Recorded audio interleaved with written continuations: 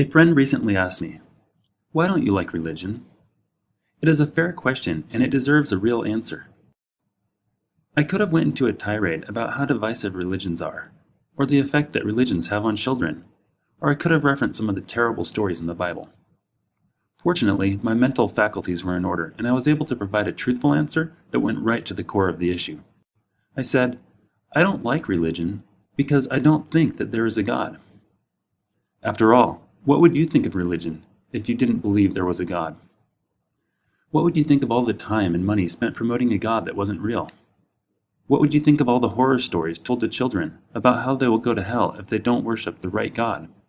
How would you feel if you realized that instead of talking directly to the creator of the universe when you prayed, you were actually just talking to thin air? If given the time, I could have gone further to explain why I do not think there is a God. I will do that now. Is there a God? For millennia, we have asked ourselves that question, and yet no one really knows the answer. Millions of people think that they know. In fact, they are certain beyond the shadow of a doubt that their God exists. But then again, there are millions of other people who know beyond a shadow of a doubt that their own God exists instead. What would it mean if there was a God? What would it be like?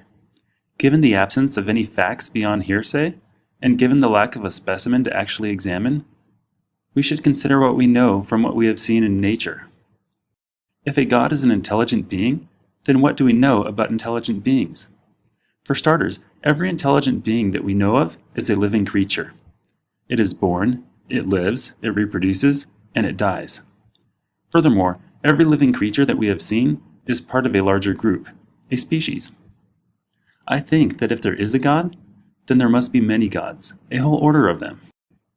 In order to be considered gods, they would have to be so great in their power and in their intelligence that their very nature would be far beyond our understanding. Their ways would seem like magic to us. Their ways would in fact be magic. Though this begs the question, what is magic if not just a natural phenomenon that we don't yet understand? Would we invent this sort of being if it did not actually exist? That wouldn't make sense, would it? Isn't that an indication that there must be a God? Well, looking into history, we have invented thousands of gods that don't exist. Even modern-day Americans are still inventing gods. But what if these people are all just inventing the same God?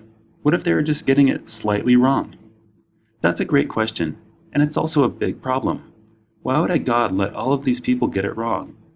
Especially in the case of the most popular modern religions, when getting it wrong means you go to hell for it. To me, it all boils down to one simple thing. Is there a God? If there was, and if he actually cared about humankind, then no one would ever have to ask. The other day, I saw this article in the newspaper. It is a picture of the Pope on his recent visit to Cuba. They say that a picture paints 1,000 words, and this one does not fall short. If anyone ever wanted proof that there is no God, or at least proof that the Catholic God does not exist, then here it is. Right here. The Pope riding around in his armored box. Why would God's holiest representative on earth need to ride around in an armored box? All around us we see evidence like this, things that tell us that we are on our own. The Pope's armored car, churches who buy property insurance, children starving to death all over the world and all throughout history, the fact that bad things happen to the most pious followers of all religions, the fact that where holy books get it wrong, modern humanity gets it right, these all stand as evidence that we are indeed on our own. And we've done a damn good job of being on our own. Everything that makes modern life so good, so easy, so entertaining, all comes from us. The farming techniques that enable us all to eat as much as we want, the medical care that allows us to survive heart attacks and live to be 100 years old, the massive amounts of information that is available at our fingertips, the ability to create beautiful music and carry it around with us and listen to it whenever we want, running water, cars, roads, airplanes, the postal service, personal security, the list is practically endless. Every one of these things comes to us thanks to the efforts of our ancestors, our fellow humans, and ourselves. Is there a God? No one really knows, but one thing is for sure. Either there is no God, or God is hiding. We are on our own. For better.